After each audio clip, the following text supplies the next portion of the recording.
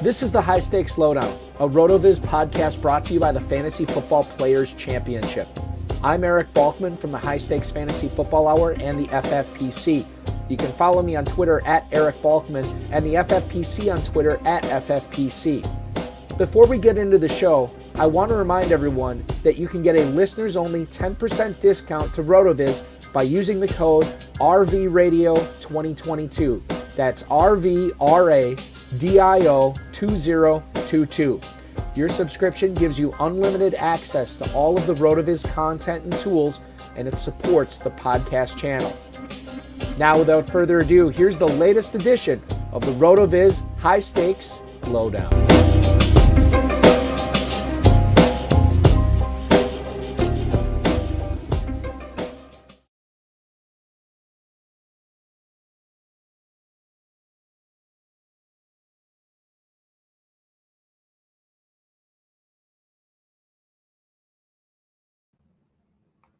Welcome in. This is the High Stakes Lowdown, a RotoViz podcast brought to you by the Fantasy Football Players Championship. I am Eric Balkman from the High Stakes Fantasy Football Show on the Better Sports Network, the High Stakes Fantasy Football Hour on the FFPC social media channels, and of course your host for this evening's proceedings. You can follow me on Twitter at Eric Balkman and the FFPC on Twitter at FFPC. Before we get into the show, I do want to remind everybody a lot of stuff that's going on with the FFPC right now. You can win $1 million in the FantasyPros Championship at just a $350 entry fee at myffpc.com. If you register by June 15th and draft by June 30th, you will get a $35 league credit to your FFPC account. If you do that 3 times, you will get 3 credits in your account. So register by the 15th, draft by the 30th. Do that up to 3 times. You're going to get over $100 in your FFPC account to use as you see fit. You can register for Dynasty Startup Drafts right now, also at myffpc.com. From the $100 level all the way up to the $5,000 level, we have a Dynasty League for you and a price point for you there. We've been doing Dynasty Leagues at the FFPC for well over a decade. More than 1,300 leagues, not a single one has ever folded. So if you want to play Dynasty Fantasy Football, this is the place to do it at myffpc.com. You can win $200,000 in the FFPC Best Ball Tournament right now as well. $50,000 in the Superflex Best Ball Tournament as well. Just $35 to enter that Superflex Best Ball Tournament, $125 to enter the FFPC Best Ball Tournament at myffpc.com. $1 million we're giving away once again in the FFPC Main Event. Make sure you're registering now. Additional teams are $400 off. So if you're already in, take advantage of that multi-team discount. It will pay for itself in oodles, as they say. Plenty of slow drafts, live drafts, sit and go best ball options at myffpc.com. If you'd rather play in a closed 12-team league, we certainly encourage that type of behavior as well. And if you got $5, we got a league for you. You can draft there for $5 at myffpc.com. Remember to like, subscribe, comment, share, and get notified anytime the FFPC YouTube channel goes live, which it is right now. This week, I want to bring in my guest co-host. Please welcome back onto the show a player who has won nearly 20 high-stakes fantasy football leagues in his FFPC career. He's already been off and running with numerous Fantasy Pros drafts under his belt already this season, and he's here to discuss what has stood out to him. You follow him on Twitter at mforestaesq. Here is the incomparable Mike Foresta. Mike, a good evening to you, and welcome back to the RotoViz High Stakes Lowdown. Hey, Eric. Good to be here with you, as always. Yeah, it's always fun talking to you, man. Always. And the fact that you already have some Fantasy Pros drafts under your belt, too. Is this normal for you to have? I don't know how many you have done, probably a handful done. You got some going on. Is this normal for you to, in June, to have all this information already from drafts? Well, I'd say it's getting more and more normal. Okay, so I feel like every year we, my partner Adam Rosman and I seem to start earlier and earlier. So, yeah, I'd say it's getting to be normal. I think we have three Fantasy Pros drafts completed. We're in a couple of slow drafts right now. Could very well be on the clock during this podcast. Right. Yeah, that's always fun. I'm in a couple of drafts right now in the Kentucky Fantasy Football State Championship, and I've been one pick away for for several hours in 2 of them. So I know by the time we get done tonight, I'll be on the clock in at least one of them, probably both of them tonight. Ladies and gentlemen, in this episode tonight, we're going to talk about the Jackson Smith and Jigba effect on Tyler Lockett this season, not necessarily in dynasty leagues, but specifically for this season, whether Chig Okonkwo is actually being overdrafted and how fragile the Dolphins offense is or is not if Tua Tagovailoa does go down again this season like he did last year. All right, so let's get into it, Mike. First question for you right off the bat. This is maybe the lowest. I never know about rookie years, because these guys always go in weird spots in the rookie years. But this is the lowest I remember Derrick Henry going in the FFPC in some time. In FantasyPros Championship drafts, he's right at that 2-3 turn right now. Average ADP of 212, and I get that from FantasyMojo.com. Fantasy Mojo on Twitter. Darren Armani, the godfather of the Pros versus Joe's challenge. He's the guy who puts together that this ADP, that data that we cite. Is he a value at the end of the second round, early third round? Because Tennessee's kind of a weird team to figure out this season. Well, it's interesting that you brought up Derrick Henry because I think the first Fantasy Pros draft Adam and I did this season, Derrick Henry was there at 3.6, and we took him at 3.6. So what I would say to people, just sort of generally, not even just specifically about Derrick Henry, is that, if the draft gives you value, take it. Don't overthink it. If Derrick Henry, I've seen a couple of people profess Derrick Henry still a first round pick. Mm-hmm. Hey, if that's the case and we got him at 3.6, you're getting a real leg up on the competition right then and there. So yeah, right. I think he's a value.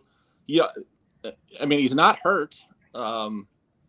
Yes, is he aging? Yes, and that's probably why he's not going in the first. But yep, he's not hurt, and you can't say the same thing about even guys like Breece Hall who are much younger. So I would for sure take him end of the second, and was very pleased to get him in the middle of the third.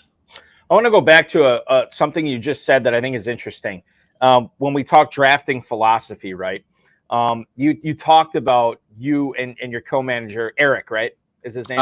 Adam Rosman. Yeah. Adam. Sorry. God, I'm just a narcissist. I just think everybody has my name.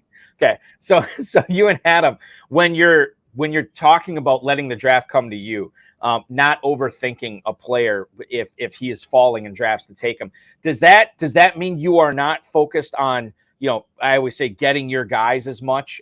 Because I feel like when you draft that way, you guys are putting less of an emphasis on your draft targets, and you would probably end up with kind of a wide variety of players as far as your share goes across your contests, right? Yeah, for sure.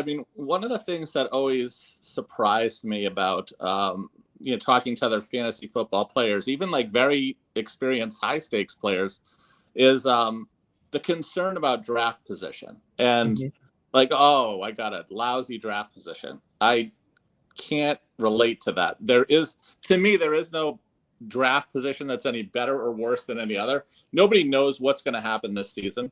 Right. You might think it's the worst draft position. It could turn out to be the absolute best. So instead of worrying about things like that, just worry about this pick and getting value for this pick, and then move on to the next round and try to get value in that pick. Just take it pick by pick and sort of see how your team is shaping up. Yeah, do you have to maybe go out and get a running back if you've taken 4 or 5 straight wideouts? Of course you have to. Mm-hmm. But don't let your philosophy going in be rigid. You have to be flexible. And in these slow drafts that you can do right now on FFPC, you can take your time. You've got hours between picks, so you can take your time. There's no reason to panic or rush into a pick. Just take your time, think about it, draft the player that works best for your team. We talked about Derrick Henry falling in drafts. He is nowhere close to falling as much as Alvin Kamara has fallen from last year. And there's some reason for that. Obviously, his performance last year was subpar. We don't exactly know what that offense is going to look like this year with Derek Carr. We also don't exactly know what his role is going to be. And probably the elephant in the room is there is a potential looming suspension for Kamara. Maybe it happens this year. Maybe it doesn't happen at all. Maybe it's only a couple games. Maybe it's like 6 games. Maybe it's more. We don't know. And I think that all those factors combined have led to Kamara falling, honestly, quite a bit further than I thought he would. I looked this up this morning. I was shocked to see he's running back 32, Mike, going at the 8-10, basically. This is James Cook, Samaje Perine, Zach Charbonnet, Antonio Gibson area. And then I see Alvin Kamara's name, and I'm like, one of these things is not like the other, right? Or maybe it is this year. Your thoughts on Alvin Kamara? How are you handling him? If you need a running back and it's the late 8th round and you see Kamara out there, is that somebody you're jumping on?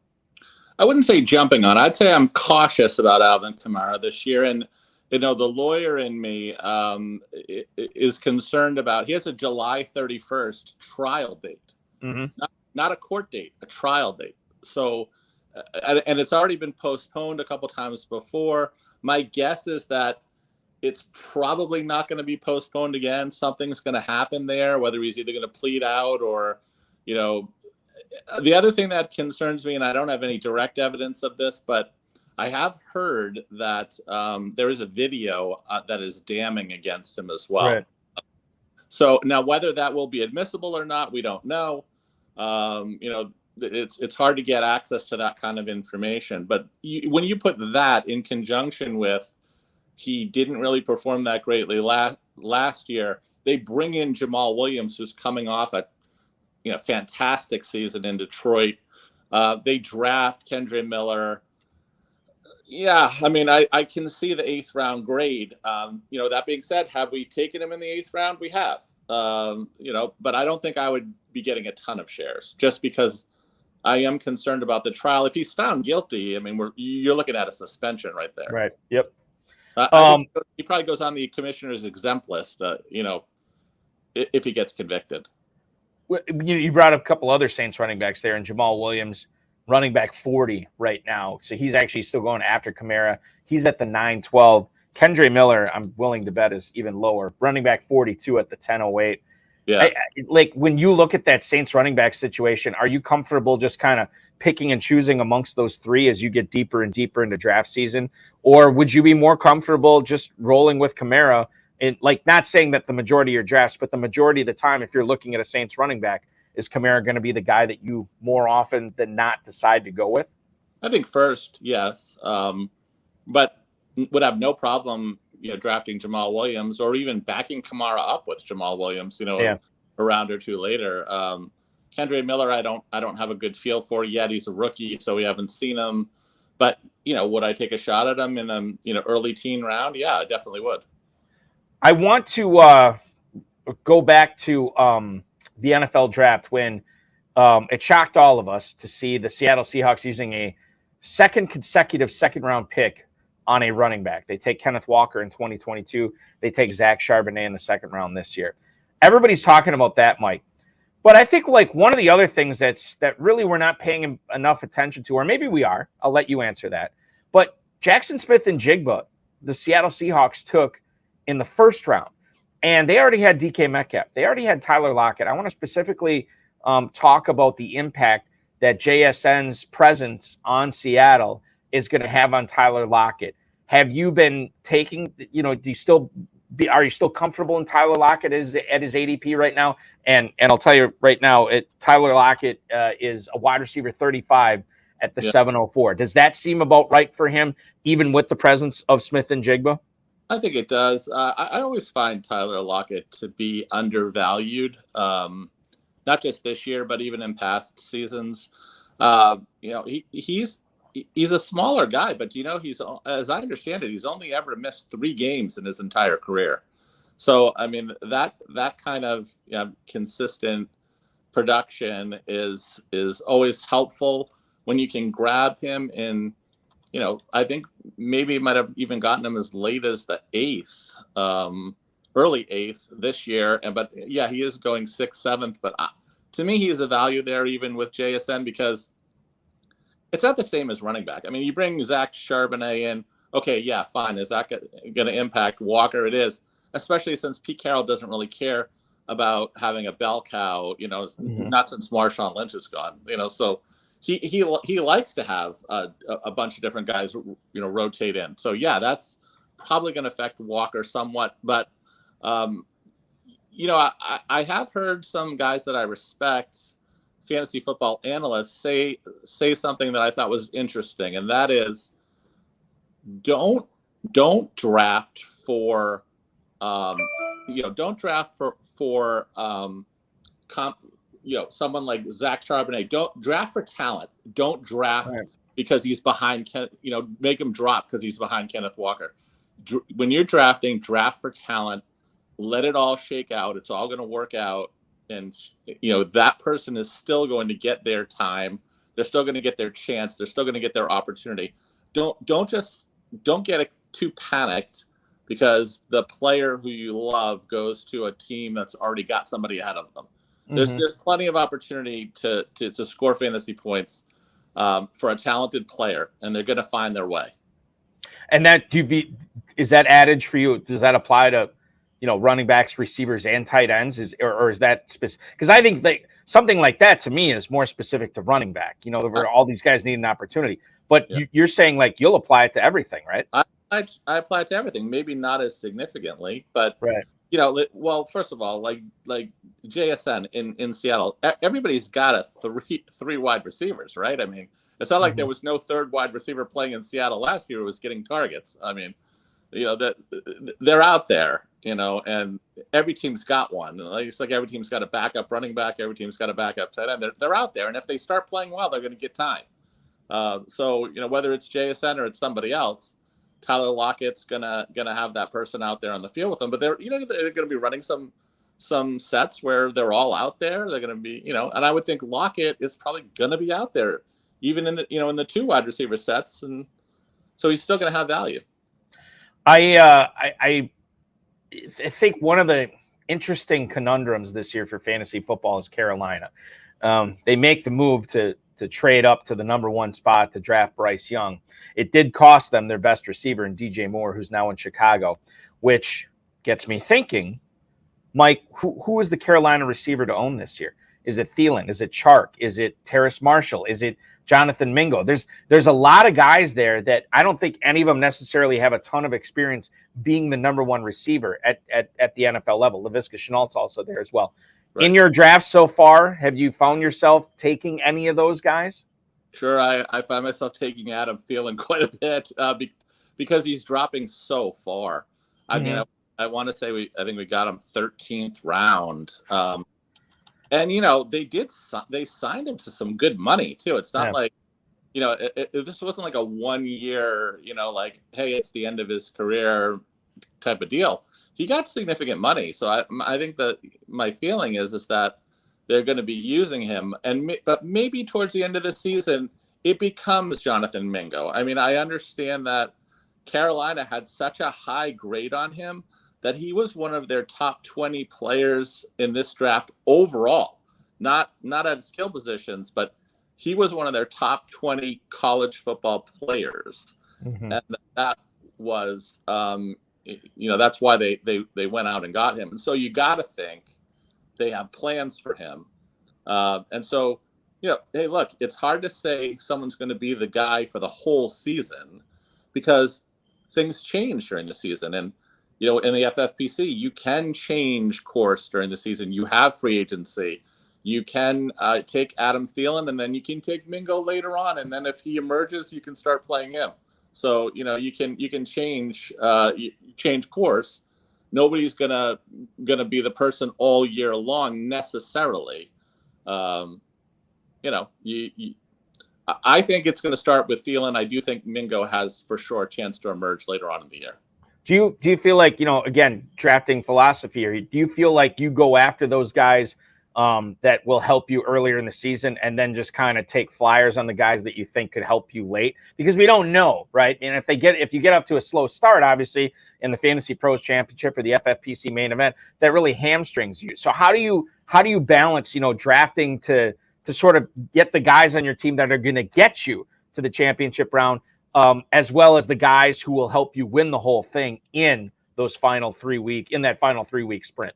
Yeah, for sure. Well, 12-week regular season, right? I mean, it used to be 11, before the NFL went to the extra week.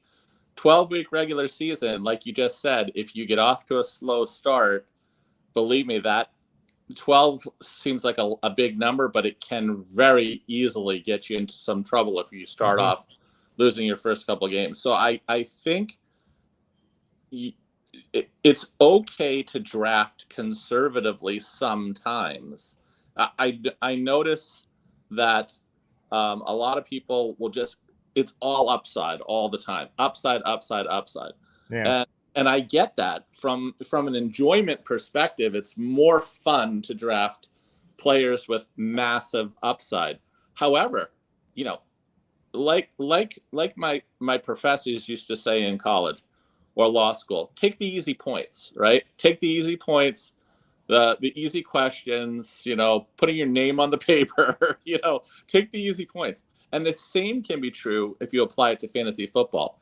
Take the easy points. I mean, Adam Thielen in the 13th round, he could very well be scoring 15 to 20 points those first few weeks. It's going to be a new quarterback trying to get his feet under him. Who better than Adam Thielen to get open, some short passes, get some confidence going, get some drives sustained. And yeah, maybe he's not going to last the whole year, but it's going to get you hopefully where you need to go. I think there's a prevailing thought that when we draft in these big national tournaments, that you get your core assembled the first, 7-8 rounds. So let's say first 10 to split it in half. And then a lot of people just assume, okay, now I could start taking home run swings in rounds 11 through 20, which to a point I think is true. But at the same time, there is value in drafting a guy like Thielen, who is probably not going to have a whole lot of spike weeks. I can't see him doing a 5 for 180 and 2 touchdown games anymore at this point of his career. Yeah. But I could see a lot of 6 for 70. Exactly. I could see a lot of 7 for 95, and it's you know what I mean. And when you get guys like that where you have the opportunity to draft them late, again, like you said, don't overthink it. Take the easy points and just grab them, because those guys can be just as valuable or more valuable than the spike week guys. Absolutely. I mean, you're trying to win, right? So, and if you're taking home run swings every round, even if you hit on one of them, you're probably going to miss on 4, and then you're going to be at a disadvantage, right? I mean, fantasy football is no different than any other enterprise, either the stock market or wherever you are. You can buy stocks that have huge upside, or you can be more conservative, or you can mix the two. And I think my advice for players playing high stakes fantasy football is to mix the two, right? Don't always go upside. Don't always go conservative. Take some calculated risks, of course, but also don't turn away in the later rounds someone who's just sitting there, who may not be the sexiest player, but who you think is going to be someone you could conceivably start several weeks in a row, maybe even during a bye week when you're really hampered. They're going to get you that 10 to 15, and that might be the difference. I was listening to I think it was the GOAT District podcast, and I can't remember who they had on, but he was talking about drafting fantasy football teams year after year. Maybe it was football guys. I can't remember. I get them all mixed up.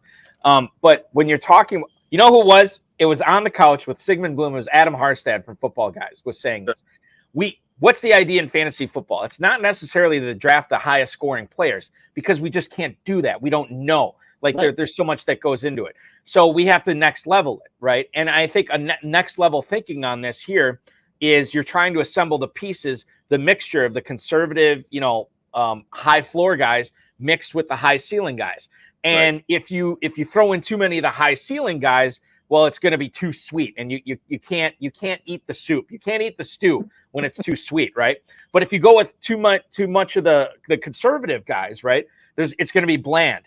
Nobody wants to eat the bland stew because there's just not enough there. You need to find the mixture, that happy medium, right? And I think that's the next level of this is it's not only drafting the correct players, it's drafting the right combination of players. I've heard this for fantasy baseball for years.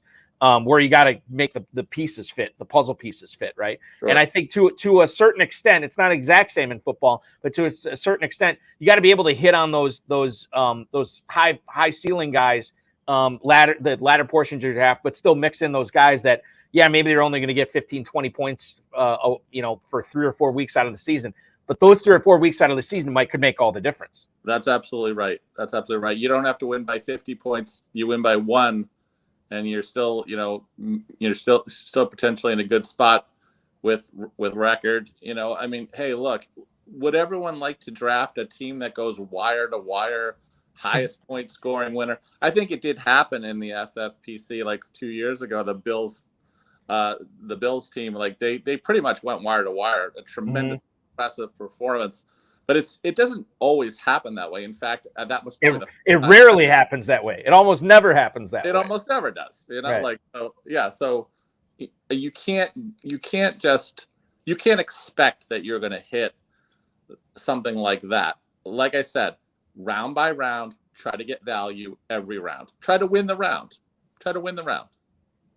Carolina, we were just talking about with Thielen and Bryce Young and everything. I want to go a little bit further south, switch conferences on you to Jacksonville.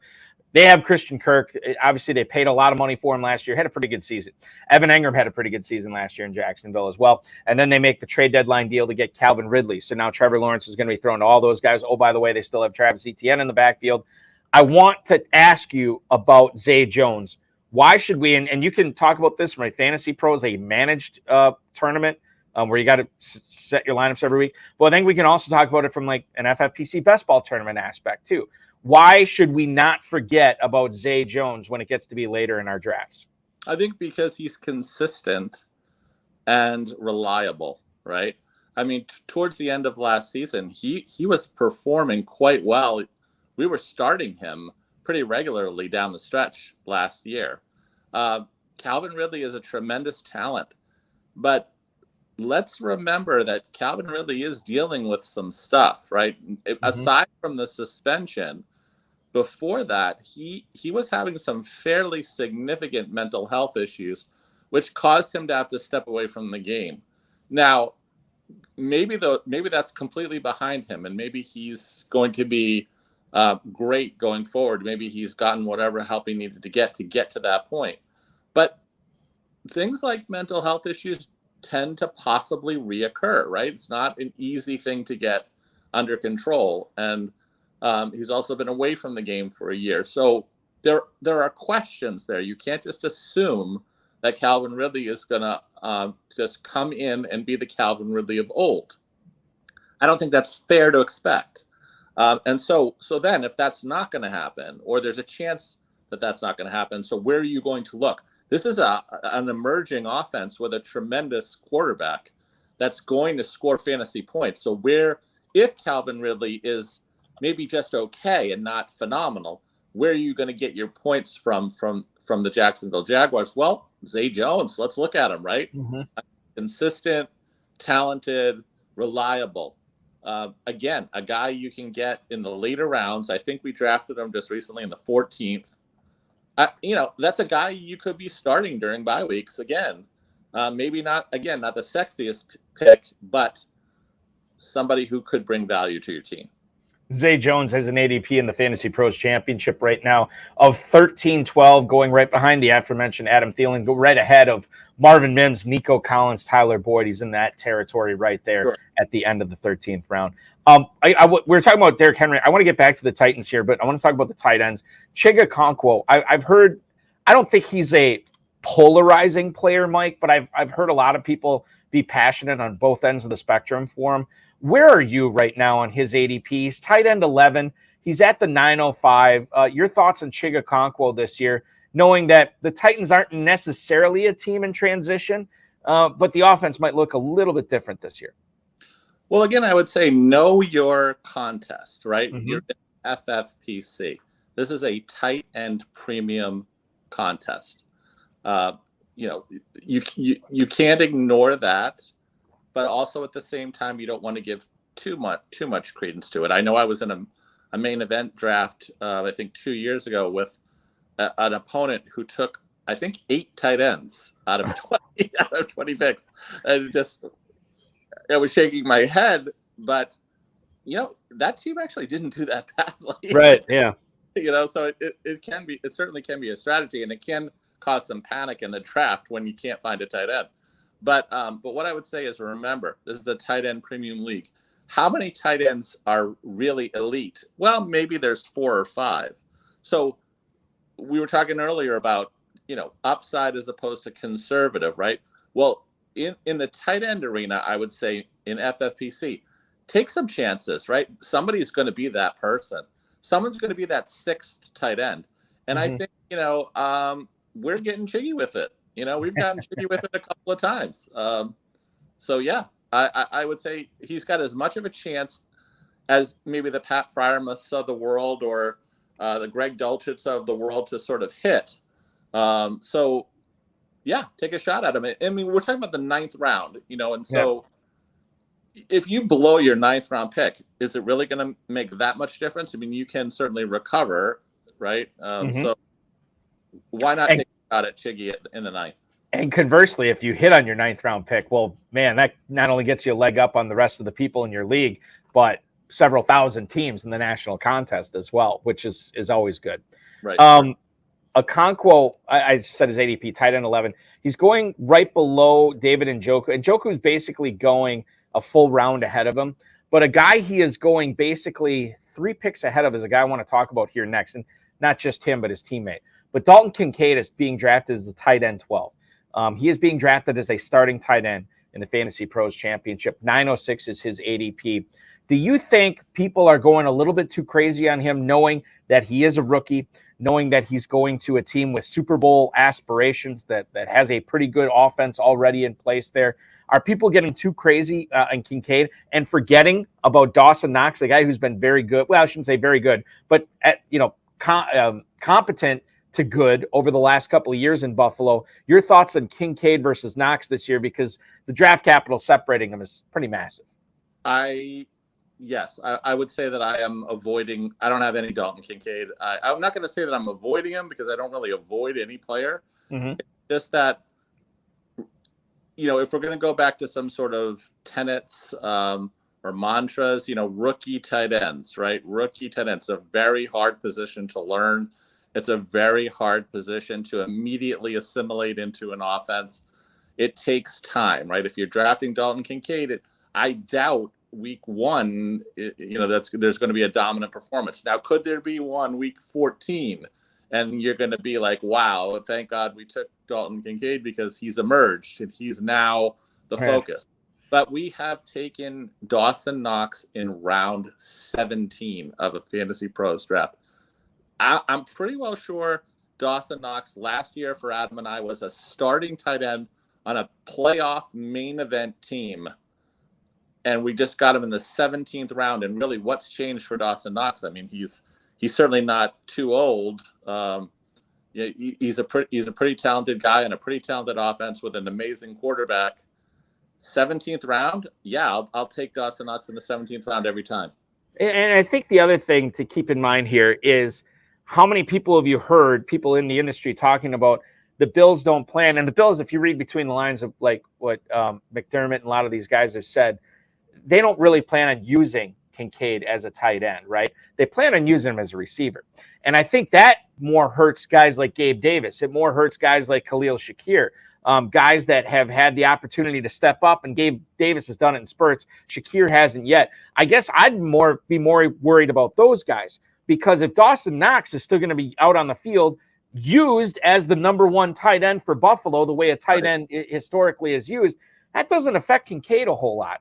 And Knox should still be, again, 17th round. That's like stealing at this point. So I think you're making a wise decision, especially in a tight end premium league. You think about this, Mike. You could get Knox as your tight end 3 in just about every league if you wanted to. And that's kind of like the way it's gone. Like, he's always staring us in the face in the late 16, 17, 18th rounds and shaking our head saying, all right, are we going to take him again? I mean, we're going to have 500 shares of Dawson Knox. Right. But sometimes that's the way it goes. In that same division, the Miami Dolphins are loaded this year, right? Now they bring back Mostert and Jeff Wilson. They added Devin Achane, who I actually like as a rookie.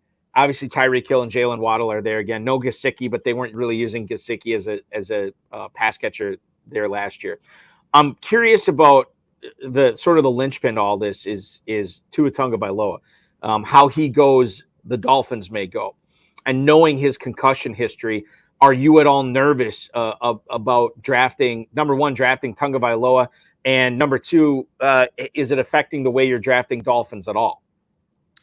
Not too much. I would say that I think you have to be concerned about a significant injury history that a player has for sure. Mm-hmm. And in this one, where we all saw a very scary situation for Tua last year, you can't just discount something like that. We tend to draft Tua as a QB2. And the reason for that being, last year we drafted Tua as a QB2 with Justin Herbert as our QB1. And honestly, Eric, Tua wound up starting probably 5 or 6 games over Herbert. So he's a wonderful QB2 to have. Now, if I were to take him as my QB1, I would want to back him up relatively quickly.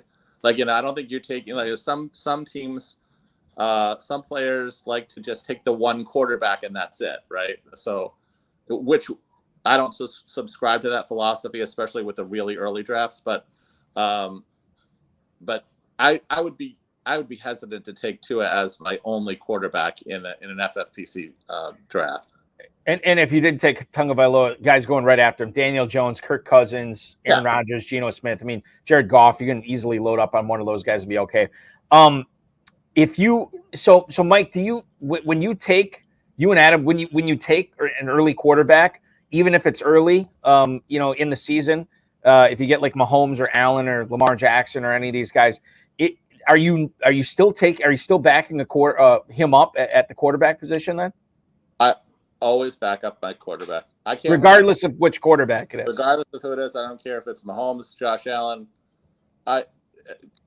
So my philosophy on that is injuries happen. Look at some of these defensive linemen, right? They're bearing down on your quarterback on a week-to-week basis, and one big hit, and you don't want to see your season go down the tubes, and you got nobody to put in there. So when you get to the 13th, 14th round, and Aaron Rodgers is sitting there, or even Dak Prescott has been sitting there 13th, 14th round, even having grabbed Josh Allen in the third. I mean, why not take Dak Prescott and just who else are you going to take there, right? I get chasing upside and all of that, but again, going back to the philosophy of being conservative sometimes. Take a solid backup quarterback, much less to worry about. Even if Josh Allen has an issue in preseason, your season you're not scrambling to the waiver wire, blowing half of your money on trying to pick up a quarterback all of a sudden, and because that guy you would have taken in the 13th, 14th round might not have worked out either. And last year I shared a team with FFPC co-founder Dave Gerzak, and we took Josh Allen, I want to say in like the 4th round or something like that. I don't remember exactly what it was. But then later on in the draft, he's like, well, in case something happens to Allen, let's go ahead and back him up. And I'm like, what are we back? We got Josh Allen. The dude's an Adonis. He's a warhorse. He's not going to get hurt. And so we ended up, now Allen didn't get hurt. But we did take a backup, and it was Matthew Stafford. So that didn't work out. I bring this up because in several other leagues last year, I was way too overweight on the Rams, and I did draft Matthew Stafford as my only quarterback, right? Now, and it killed me in a couple of leagues that I didn't get backup quarterbacks. Now, thankfully, when he went down, I was able to get the two guys that really carried me were Geno Smith and Jared Goff last year, and that helped me out. But that doesn't happen every year. And I said to HSFF, our co-host, Farrell Elliott, I said to him after the season ended, I said, I'm done with one quarterbacks. Like, I'm always backing up my quarterbacks. I can't. It's too difficult to recover from, at least for me. And so now going forward, I'm out for a guy who I would always wait and draft a quarterback, and then I just take one. So now I am I am done undervaluing the quarterback position. Even in non-super flex leagues, you just got to have 2, Mike. I totally agree. In fact, you and I had that conversation a couple of years back. Yeah. And I was telling you that I actually, in some drafts, taken 3 quarterbacks. And you were like, what? What are you doing? I remember that one time when we were in Kentucky, and I think it was Dave, and I was looking at Dave's draft, and he had like he had elite guy like Brady or something. He took in like the 6th round, and then he followed it up with like he had I don't know, maybe like it was Josh Freeman from the Buccaneers he took as a 3rd quarterback, and then there was another guy, I can't remember who it was. It was nobody good, and I'm like, what? You got Brady? What are you doing with 3 quarterbacks? But I learned my lesson. I will not. Anybody wants to load up on quarterbacks, I'm done. Do what you're gonna do. I have no leg to stand on. Right. Kellen Moore is no longer in Dallas. He is now the offensive coordinator for the Los Angeles Chargers. Mike McCarthy said when Kellen Moore left, he was going to take over play calling, and he said Kellen Moore just wants to pass all the time, and he doesn't give his defense a chance to rest, which we like for fantasy, right? Like, we don't necessarily care about the defense. That's what made the Lions so great last year. Their defense was so horrific that Amon-Ra St. Brown and Jamal Williams and Jared Goff and all these other guys, and Hawkinson, at least for the first few weeks, were so great, right? But now he goes to Los Angeles, a team that loves airing it out. And, oh, by the way, just used the 1st-round pick on Quentin Johnston. You have Johnston, Mike Williams, Keenan Allen, Gerald Everett's obviously back there, and maybe the best pass catcher of all of them, Austin Eckler, is coming out of the backfield. They were all great last year. What's the impact on Kellen Moore that Kellen Moore is going to have on this team this year? Well, I mean, I can tell you that I already have a couple of shares of Justin Herbert, so I expect big things. The only caution I would say is, Keenan Allen does get hurt. Mike Williams does get hurt. Austin Eckler, although he avoided injury last year, has not been the most durable player. Mm-hmm. So there is, but hey, then they bring in Quentin Johnson and they have Josh Palmer there too. Also is very good. Like, so even if there are injuries, Herbert still might be chucking it up. So, I mean, I'm very high on Justin Herbert. I'm higher on Mike Williams than my partner Adam is. I've a couple of shares of Keenan Allen already, so that's an offense that I'm very much invested in and will be going forward as the season progresses. Yeah, I feel like this could be like sort of like the last dance or whatever for Los Angeles, because the cap hits for Mike Williams and Keenan Allen are astronomical for 2024. Yeah. And obviously you can always renegotiate those and add void years or what have you. But I think the fact that they utilize, and wasn't Josh Palmer a 3rd-round pick? It's not like he's just some day 3 guy. So they're invested in Palmer. They're heavily invested in the Quentin Johnston. This could be the last, and Austin Eckler is going to be a free agent after the season. This could be the last great year for this offense, and maybe they'll continue it in 2024, but it'll probably be with different players if they do. Yeah. Final question for you, Mike, here. A sleeper that you and Adam have been targeting in drafts. I know the way that you guys draft, you're not always targeting sleepers, although Dawson Knox is a guy that I know you have a lot of shares of. But another sleeper that you've been looking at, and then another player that you're not going to have on any teams this year. You don't want to have anything to do with him at his current ADP. My running back guru is my buddy Sanjeev Wadhwa, who competes in the FFPC. I know he's high on a guy by the name of Rachaad White, Tampa Bay Bucs running back. And I agree with him on that. I definitely think that he's someone who we're targeting and who is going a little bit later than I expected him to. In fact, if I could say, like, sort of generally, usually running back's position dries up very quickly in FFPC drafts, and I feel like it's going deeper this season so far. And that actually the wideout spot is sometimes feeling a little thin as you get to that, say, 8th, 9th round. So I definitely think Rachaad White is someone we're targeting as someone to avoid. I'm not huge on DJ Moore. I just don't think that I like DJ Moore as a player. It's more where he's going for me. It's a little bit too early for me. Like, he's going to an offense that doesn't really throw the ball that much, and he's going to be new there. I'm just not sure he's going to be able to return the ADP that I'm seeing him at. So that would be a player that I'm not really targeting. I try not to have do not draft players because everybody's a value at some point, right? Every significant fantasy player is a value at some point in the draft. But if I'm shying away from people who are going a little bit too high, it's also injured players, people like Javonte Williams, Breece Hall.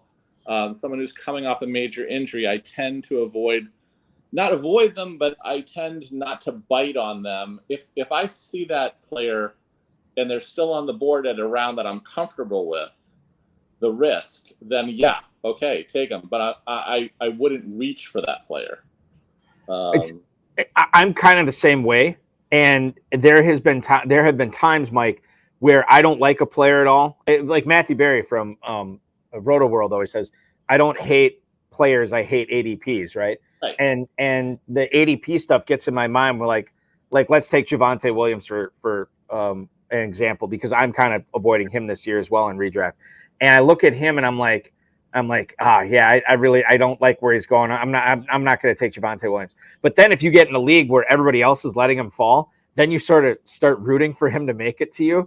And then you get, I don't want to say you get sniped on him, but let's say he goes a pick or two before you. You're like, no. And then you sit back and think, like, why was I so upset about not getting this guy? I didn't want to get this guy to begin with. But that's how the drafts work out sometimes. Absolutely. Every draft is its own living, breathing thing. Everyone's different. Sometimes the quarterbacks go early.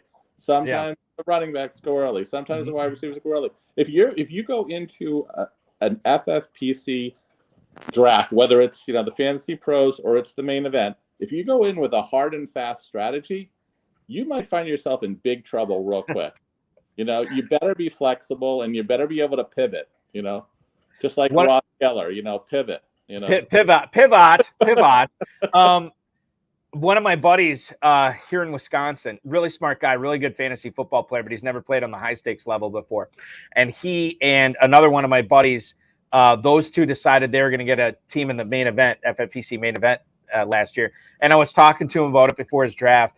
And he said, well, I know I can get this guy here and I can get this guy here. And I'm like, this dude has never done an FPC and FFPC's never done any of them before. And I'm kind of like, just nodding my head. Okay. All right. Yeah. That sounds strategy. They got their tails kicked in. I mean, they gave their number 2 running back, I think, at the start of the season was like Alexander Madison, which is fine if you stumble upon somebody off waivers. They never did. And they finished with a losing record. It was a horrific, but it was a horrific season. But how many times have you heard this, Mike, from other players where they say their first year in the FFPC, it was all about donating and learning. And then the second year they felt much more well prepared. For sure. Not to say that you can't survive without having a running back too. I mean, I can give you several examples. Right. We have started the third string running back on the Niners, in a playoff game and still won, but it's much harder to do, and you're putting yourself at an extreme disadvantage. And why would you want that when you're trying to win $1 million? Exactly. That's a great point. To recap, Rachaad White, Mike Sleeper, running back 24 at the 606 after Akers, Pierce, Swift, right before Madison, Pacheco, Montgomery, and then DJ Moore, a fade for Mike. Wide receiver 22 at the 412, right behind Jerry Jeudy, right ahead of Watson, London, and McLaurin. We will continue to follow you on Twitter, Mike, at mforesta.esq. I will continue to wish you good luck in your Fantasy Pros drafts, all your drafts, the main event, everything this upcoming season. Always love talking fantasy football with you, man. Thank you for spending your Tuesday evening with me. Yeah, absolutely. Be well, my friend. Yep, take care. Have a good rest of the season. You got it. Mike Foresta, ladies and gentlemen, a winner of 19 FFPC high-stakes fantasy football leagues. That will complete our show tonight. It kicks off a big week of podcasting here with the FFPC. Don't forget that coming up Thursday night, we will have the high-stakes fantasy football show on bettersports.com, as well as all the FFPC social media channels. from 7 until 9 p.m. Eastern time that night. It'll be myself and Alex Core from Draft Sharks, peaked in high school. You probably know him from Twitter. So we'll chop it up for 2 hours, get you set for your drafts going on. And then the High Stakes Fantasy Football Hour is live 10/9 Central this Friday with KFFSC Commissioner Farrell Elliott and myself. And we'll go live. We're also announcing the Joes in the FFPC Pros versus Joes contest that week as well, or this coming episode as well. So don't miss that, 10 o'clock p.m. Friday night. Remember that you can compete against Mike Foresta and win $1 million in the Fantasy Pros Championship. Just a $350 entry fee right now at myffpc.com. Cash in on that early bird discount. If you register by June 15th, which is another 9 days, and you draft before June 30th, you're going to have the opportunity to get a free $35 credit into your FFPC account. You can do that up to 3 times. You'll get 3 separate $35 credits there. Dynasty startups are going off. We got a few going off tomorrow. We got a ton going off this coming Saturday. Go to myffpc.com. Check them out. They start at the $100 level. They go all the way up to the $5,000 level. We've been doing Dynasty for almost a decade with the FFPC. Not a single league has ever folded. So go to myffpc.com and register for those Dynasty leagues there. While you are at myffpc.com, check out the 2 big national best ball tournaments we have going on. The FFPC Best Ball Tournament is giving a $200,000 grand prize to its champion this year, just $125 to join that. And then a $50,000 grand prize in the Superflex Best Ball Tournament as well, and just $35 to enter in that. Plenty of space available, 30-second, 60-second, 2-hour, and 6-hour clocks, all available there at myffpc.com. And don't forget, the main event still going on. We crowned our first FFPC millionaire last year, Don Barani, Sean Stutzman, and Mike Costantino, the Go Bills franchise, Marv Levy franchise. They won the $1 million last year. You could win the $1 million this year in the FFPC main event. And if you're already in, remember, you'll get $400 off each additional team you register for there at myffpc.com. If you want to play in a closed 12-team league, we have those as well for as little as $5. You can play in a slow draft, a live draft, best sit and go, best ball, superflex, Terminator, varsity, whatever format you want, we have it for you, and we have it at the price point you're looking for as well. That's all at myffpc.com. Remember to like, subscribe, comment, share, and get notified as well. The next RotoViz High-Stakes Lowdown, for those of you listening on the RotoViz podcast channel, will be Tuesday, July 11th. Normally we go the first Tuesday of every month in the off season. I say that in quotes. But because of July 4th, we will go live on Tuesday, July 11th. So that's the next time we'll air this episode. But plenty of High Stakes Fantasy Football show and plenty of High Stakes Fantasy Football Hour episodes coming up until then. So thank you so much for watching, everybody. We certainly appreciate it. Be good, and we will see you right back here Thursday night at 7 o'clock with myself and Alex Core from Draft Sharks.